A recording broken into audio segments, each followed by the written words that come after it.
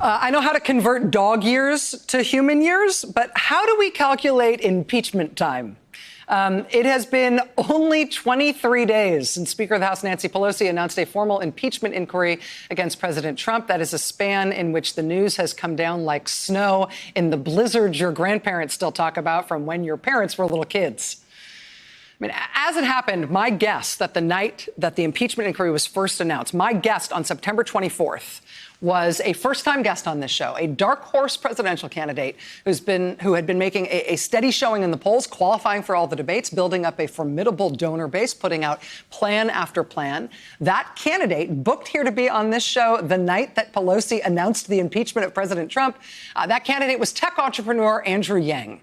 Well, Mr. Yang has tripled his fundraising efforts and raised nearly $10 million this past fundraising quarter. He's the sixth top fundraiser for the quarter for the entire gigantic Democratic field. Back now, when the news is still white hot, back now and still in this thing, it is my pleasure to say, is 2020 presidential candidate Andrew Yang. Mr. Yang, thank you so much for coming back, and it's really good to have you here. Oh, thanks for having me back. Sure, absolutely. So the last time we spoke, it was the day that Pelosi had announced the impeachment inquiry, and I do feel like these 23 days have been 23 years.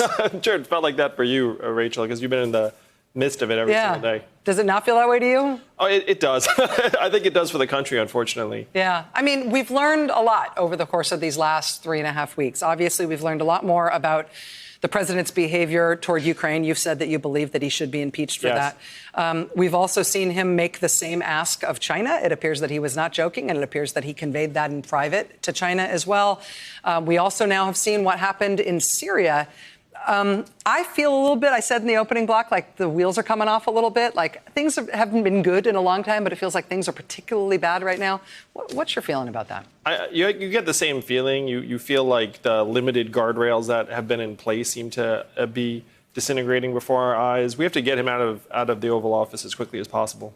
This news today that he's going to direct the G7 conference to his resort in Florida. He floated this a few weeks ago, and it was greeted with shock. Members of Congress, in fact, committees in Congress immediately started investigating that as a potential, at least an intended violation of the Emoluments Clause. Presidents can't take money from foreign governments. This will, in effect, be forcing foreign governments to pay him in order to participate in that event. I don't know. I mean, obviously, the Democrats in the House and the House in general has to decide whether this should be folded into the impeachment, whether this should be handled differently. What do you think? No, to me, if you're going to impeach him, you should definitely be considering different angles of approach and different charges. Mm-hmm. But what I said at the debate stage, Rachel, is unfortunately, the more we focus on Donald Trump, the more he wins. He's like a creature that needs attention to grow. And so what we have to do is we have to shift America's attention to what we're going to do the day after he's gone and start solving the problems on the ground. And the debate a couple nights ago was in Ohio. We lost Ohio by 8 points. And we know Ohio is the ultimate bellwether in our country as to who wins national elections. So we have to say to ourselves, OK, we have to win Ohio. And then what does that mean? We have to start getting into the dirt and solving the problems that got Trump elected. In terms of what it's going to be like to take over the country the day after the Trump presidency ends, we do have a big new international crisis on our hands, created by President Trump. Yes, unfortunately. Yeah. And so in a Yang administration, if you were taking the reins right now in the midst of this conflagration, what would you do to try to salvage what we've just been through? I mean, I don't know how much worse it's going to be before the next president does take over, but if you were taking over right now, what would you do to try to fix it?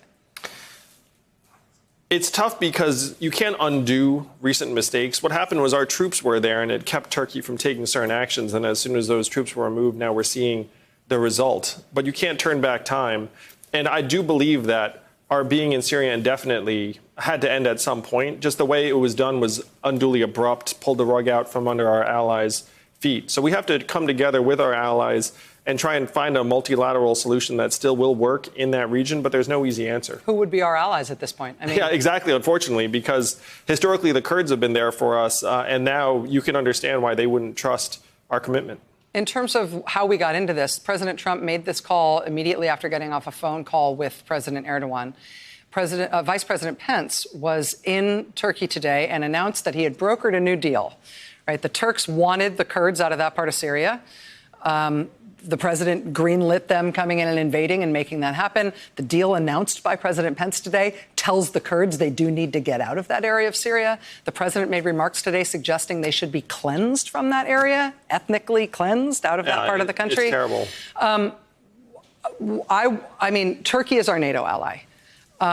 I don't, obviously, neither Russia nor Syria is our ally, nor can the Kurds ever be our ally again. I mean, should the United States essentially extract ourselves from that part of the world entirely, cede foreign influence there to Russia? You know, you have to look at the options based on the reality on the ground. Yeah. And as I said, eventually we had to leave. And so if we got pulled out prematurely and abruptly, and the best course forward is to accept the reality on the ground, then unfortunately I think it's something we'd have to consider very strongly. So you just walk away and leave it as it is? Well, again, you can't turn back the clock. And so if you've already pulled troops out, then if you say, hey, if we put troops back in, then we can undo the damage that's been done, that may not be the case. Would you do the same thing in Afghanistan, pull troops out and see what happens? I certainly wouldn't pull troops out and see what happens. You know, we have to be judicious and do things in a very deliberate way, have transparency so that our allies see it coming. But we also, I believe, need to live up to the Constitution and end this forever state of war we've been in, where in the Constitution it's up to Congress to declare war. And we've been putting ourselves into foreign theaters for the last 18 years and counting. And that's not the will of the American people. It's very hard to imagine how the U.S. regains some of our bilateral alliances, let alone our role in the sort of Western liberal order after this presidency. Do you think that those ties are essentially dissolved and you have to sort of take them where they stand post-Trump? Or would you try to reassert, for example, the strength of NATO? Would you try to reassert the bilateral alliances that are really at this point broken because of this president? To me, our foreign policy reflects what's happening at home. What happens at home is that we were disintegrating. Our communities are falling apart. It got so bad that tens of millions of our fellow Americans decided to go for Trump in 2016. And now we have this erratic and unreliable foreign policy that's making our allies throw their hands up. And so we have to rebuild here at home and then project a more reliable and sustained foreign policy. But I'm sure that our historic allies abroad are waiting with bated breath for a reasonable partner to get back into the White House and be able to live up to America's commitments. Oh, I hope that's true. Sometimes, on good days, I think that's true. On bad days, I don't. I want to talk to you some more about that idea about domestic renewal when we come back. Andrew Yang is our guest. We'll be right back. Hey there, I'm Chris Hayes from MSNBC. Thanks for watching MSNBC on YouTube. If you want to keep up to date with the videos we're putting out, you can click subscribe just below me or click over on this list to see lots of other great videos.